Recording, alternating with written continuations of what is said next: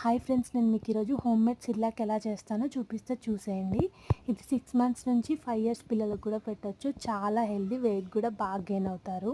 ఇక్కడ నేను 1 గ్లాస్ రైస్కి 2 స్పూన్స్ మైసూర్ పప్పు, 2 స్పూన్స్ మినపప్పు, 2 స్పూన్స్ కందిపప్పు, 2 స్పూన్స్ పెసరపప్పు, 1 స్పూన్ శనగపప్పు, కొంచెం బాదం, కొంచెం జీడిపప్పు, కావాలంటే పల్లీలు కూడా యాడ్ చేసుకోవచ్చు.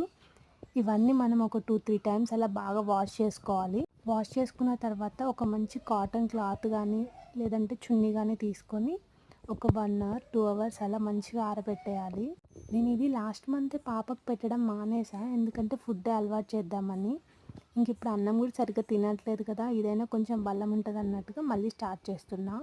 స్టార్టింగ్లో అయితే అసలు తినరు, మనం అలవాటు చేసే కొద్దీ కొంచెం వాళ్ళకు కూడా అలవాటు అవుతూ ఉంటుంది.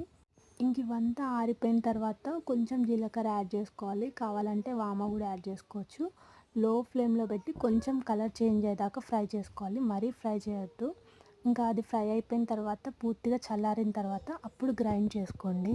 1 ఇయర్ బిలో వాళ్ళకైతే మెత్తగా గ్రైండ్ చేసుకోండి. నేనైతే కొంచెం రవ్వ టైప్లో గ్రైండ్ చేసుకున్నా. చూసారు కదా, హోమ్ మేడ్ సిర్లాక్ రెడీ అయిపోయింది.